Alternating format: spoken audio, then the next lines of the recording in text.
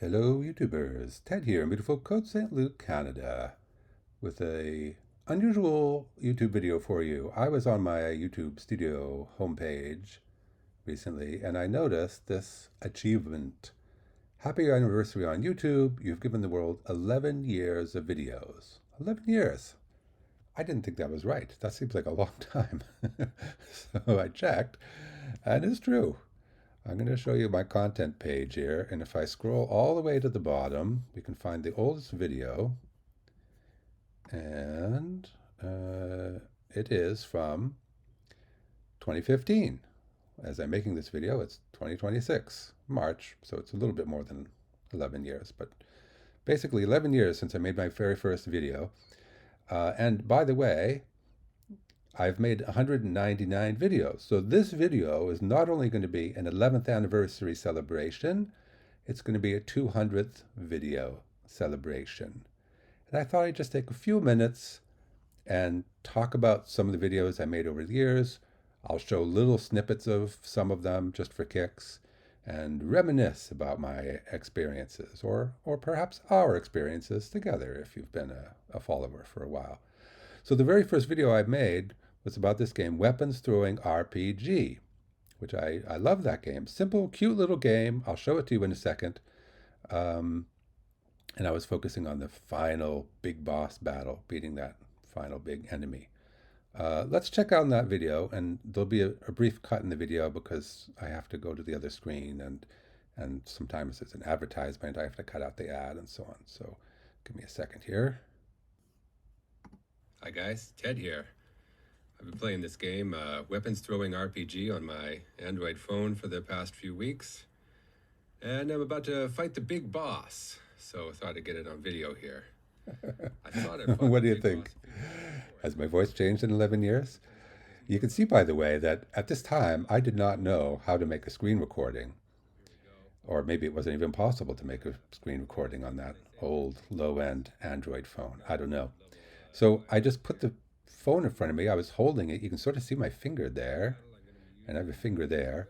And I remember I put a black t-shirt behind everything to provide a neutral background. And I just pointed my video camera, because I had a home video camera at the time, pointed my video camera real close at the screen and played the game and talked and pointed with my finger and played with pressing things with my finger. It was all pretty primitive. Anyway, I'll jump ahead briefly. You can see the final boss here somewhere. It's not that one. Yeah, here it is. This is the big boss of Weapons Throwing RPG 2, at least the big boss in the arena, Goddess of the Sky. This game is very simple but very cute. You would get these weapons and you would throw the weapons. Some go high, medium, some go low, and your weapons could hit their weapons and sort of block or defend against them or weaken them and so on like that. You can see in these cut screens, you can see me reflected in the in the screen of the phone. It's all pretty amusing. So anyway, that was my first video, Weapons Throwing RPG. And give me a second while I switch back to my main screen. And so then I made a series of other Weapons Throwing RPG videos. Not a ton, but like once a month or several months would pass or whatever. In fact, I think my first, although these have roughly the same number of views now, I think the first video that really attracted a bit more attention than the others was this one, because even though I had won the game, beaten everything you could beat in it, I enjoyed just sort of playing it casually, and so I kept grinding and grinding, getting more and more levels.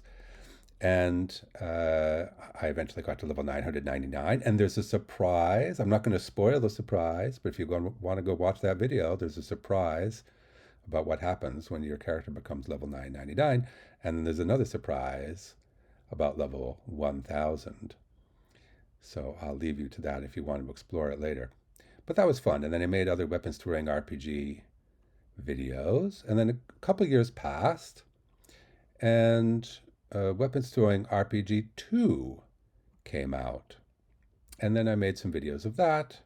I made a playthrough video. It says full playthrough. It's not really a full playthrough. I mean, the game takes tens of hours or maybe hundreds of hours. I don't know how long it takes to really play the whole thing. But I gave highlights of the different stages of the game. And you see how it says Heaven is here? Because I think I was playing like a beta version or something like that. It was not quite complete, the version of Weapons Throwing RPG 2 that I was playing. And so at a certain point, they completed it with this final stage of Heaven. And then I eventually beat that as well. So that was fun. I played this other game, Battleheart. And then I started Forge of Empires. So this was in August 9 of 2021. So as I make this video, it's 2026. So that was about 4.5 years ago. I'll jump into this video for a second. Ted here in beautiful Kotzebue, Canada. This video is about Forge of Empires, and in particular, raising my city to the era Space Age asteroid belt.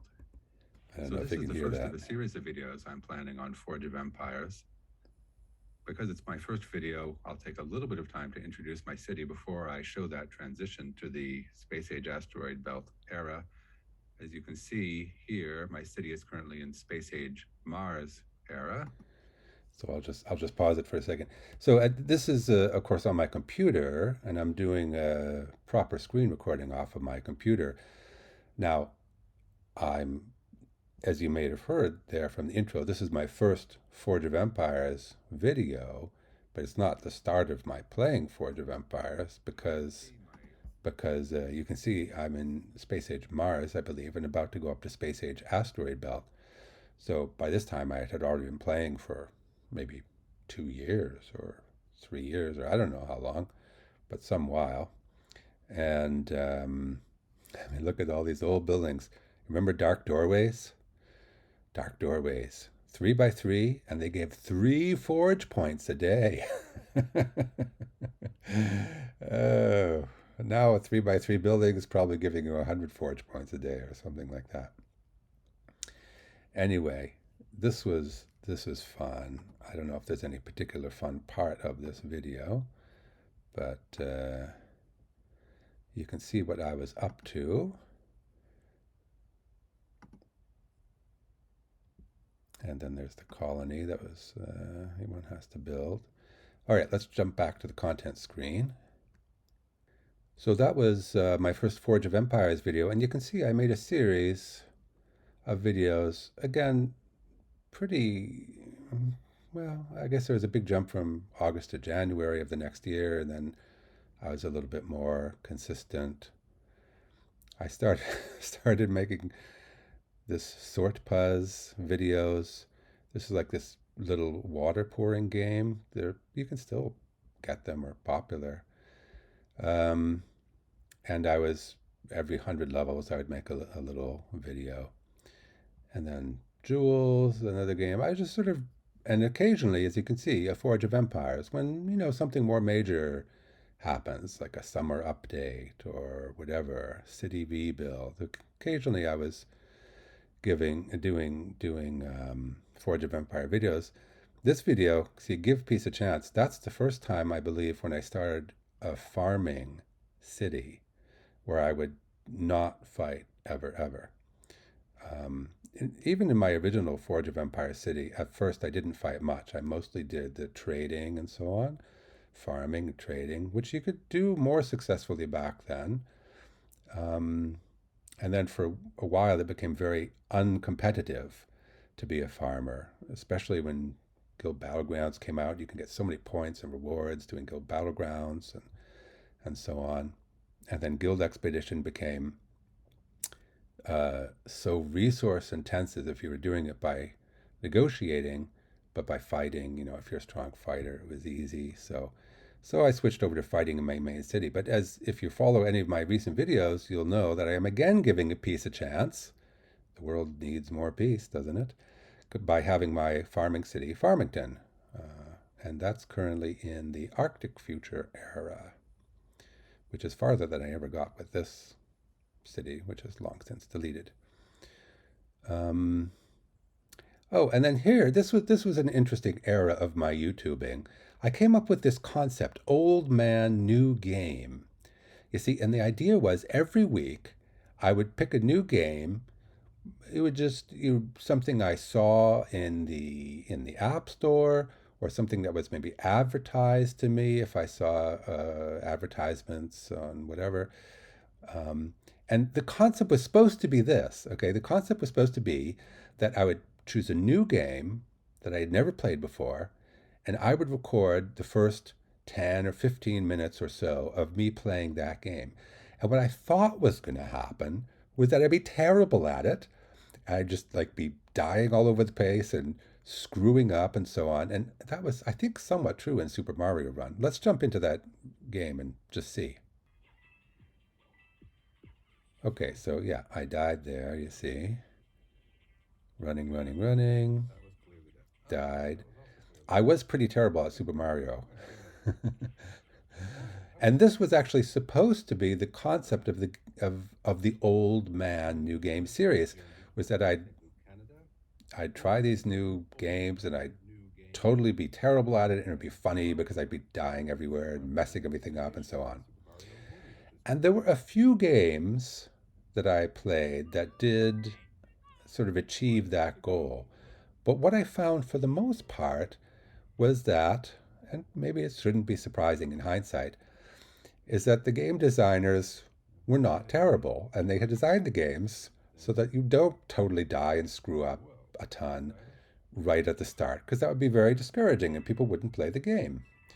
So the Old Man New Game series never really took off. It was never really as amusing as I thought it was going to be or hoped it would be. Um, and this is partly because, or my misunderstanding of how hard it would be to play these games was, it's not because I'm great at video games, but it's because when I was growing up, partly was the the heyday of the video arcade, and the video arcade games want to steal your quarters as fast as they can. So these games were hard, and you had to play them a bunch before you could get good. And then once someone would get good, they'd put it in a quarter and play for an hour or something like that. And then the owner of the video game arcade was not too happy with that because they're not making any money anymore. But so that didn't really work out. Let's jump back to the content page. Okay, so that was the Old Man New Game, and you can see I went through a fair number of these. I have to get to the previous page here. I went through a fair number of these. None of them attracted very much attention, as you can see, quite few views. And so eventually I stopped that. There was one exception. The one exception is I was playing this game, Monster Demolition, where you drive a car and race and smash into something, and you keep doing that, smashing it until it all falls to pieces. And I put together a best of compilation of those best kills. And this is still to date my most watched video. It continues to get views, even, well, what is this now? Getting close to 3 years after I published it. Let's jump into that for just a second. Okay, so you see here, you're driving this truck. I'm smashing. I had already driven a few times and smashed into that lady, but when I took out that final little bit of her, then the whole thing collapses. Here's a guy that I don't know if I've hit him yet, but sometimes if you hit him just right, then you can destroy everything. Anyway, people seem to love this video, smashing things, destroying things. And it is a sort of best of compilation, so, it gives a lot of action and not a lot of boring chatter from me. So anyway, I'm sort of tickled by the fact that this video still gets so many views. All right, let's jump back to the content page again. Okay, so that was my best kills compilation, and that was not my final Old Man New Game, but I gave up on that series not too much longer after, I think. Got back to doing some Forge of Empires, and then, okay, then there was a new era the sky and poetry era. Now, this was very conceptual and by far the least popular of anything I've done. But it involved this game, Sky, Children of the Light, which still play occasionally, and I like it quite well. It's a very beautiful, peaceful game. You go around and collect light, and you can chat with people. You cannot fight. There's no weapons. There's no combat. A very nice little game. Um, but for this series, what I did is I paired a video of me playing Sky with reading, not read by me, read by someone else and in the public domain, reading of Longfellow's Song of Hiawatha, so poetry. So it was Sky and poetry. I'll just show a brief bit of what this looks like. Henry Wadsworth Longfellow, Section 1. The Peace Pipe. On the mountains of the prairie, on the great red pipestone quarry, I hope you can hear that well. Manito, the mighty, he the master of life, descending on the red crags of the quarry, stood erect. Actually, I'll turn it down because I don't want to get a copyright violation. Not from the Longfellow, because that is public domain, but from the music in the background from Sky. Probably they don't care. But anyway, I was just playing Sky, going about daily business, flying around, collecting light, and so on like that. And then this poetry was going in the background. Pathway for it, saying to it, run in this way. From the red stone of the As I say, by far the least popular thing I've ever done on YouTube. So let's jump back to content again. Despite its unpopularity, I did quite a lot of that. So I was doing this, what was it, every 2 days I was putting one of these out. I'd play a little Sky, I'd pair it with the appropriate amount of Song of Hiawatha, and I did the whole of Song of Hiawatha. It's like 30 or 40 chapters or something, or okay, 22 chapters. Barely anybody watched it. And then I did it again, even though it was totally unpopular, because I think I just liked the concept. So then I did the Kalevala, which is this Scandinavian epic poem. And anyway, as you can see, nobody was nobody was having much of that. Let's go closer to the future. And so I did the whole Kalevala here. And okay, so that finally ends. And then I did some other Sky videos, including this video almost nobody watched, but this was one of actually the um, most remarkable video game experiences I ever had in my life was playing the Eye of Eden in Sky, Children of the Light. I don't want to tell you why, again, I don't want to spoil the surprise, but check out that video and maybe some of my commentary. I thought it was really pretty interesting. Okay, so finally the Kalevala ends, and I just do a few other Sky videos, different challenges or things like that. And then we come to here. So more Sky, more Sky, more Sky. And I was doing that, pretty frequently actually. And at some point, though, I stopped, or mostly stopped, and I came back to Forge of Empires. Oh, this was interesting. I speak French some. I don't speak well. And in early last year, I started playing Forge of Empires in French. Now, at this point, when I was playing Sky all this time, I was not playing Forge of Empires at all. So there was a sort of big gap there in my Forge of Empires. And I came back to Forge of Empires, but playing in French because I thought, oh, this is great. I'm going to practice my French. I'm going to converse with other people and, learn. I'll open this video very briefly. Bonjour YouTubers, Théo ici, dans la belle ville de Coutsenluc, Canada. Cette vidéo est un peu différent que les autres que j'ai fait. J'ai encore commencé jouer Forge of Empires. It's painful, isn't it? My French is not good. And it turned out that playing Forge of Empires in French did not help me learn French very much because I very quickly realized that you can play just by looking at the icons, the graphics of things. You don't need to read the words at all, basically. So I think I remember learning one word, which is phare, which means lighthouse in French, and otherwise I didn't get anything out of it, and I did not continue that experiment too awfully long. Okay, let's go back to content. So that was Forge of Empires in French. I said goodbye to Sky, although I am playing Sky again now periodically, but I haven't made any Sky videos. And then I went back to Forge of Empires in English, and this is when I started my Farmington town. My first video was on September of last year. It's currently mid-March, so it's been about 6 months that I've been doing Farmington. And well, if you've been following my channel recently, that's basically what I've been doing.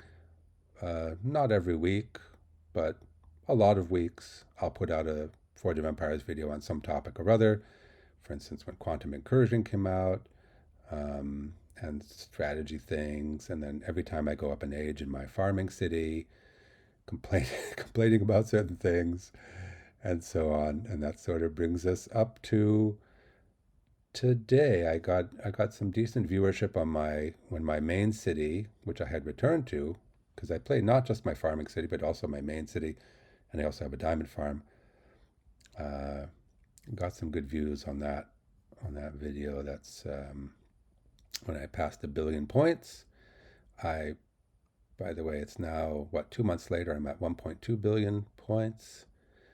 And what else was good recently? This Diamond Farm update that I did got some decent viewerships, and it had the most active discussion of any video I think that I've done. People were suggesting strategy, and there's some talk back and forth, and that was fun. So that's pretty much it. That's been my YouTube experience. It's been a fun 11 years. It's been a fun 199 or now 200 videos. I like being creative. It's, obviously I'm not trying to make money off of YouTube. The channel's not monetized, and even if it had enough followers or views or whatever to be monetized, I wouldn't bother. I don't, who cares? I'm not trying to be popular. I like being creative, so I like making the videos. I like sharing them.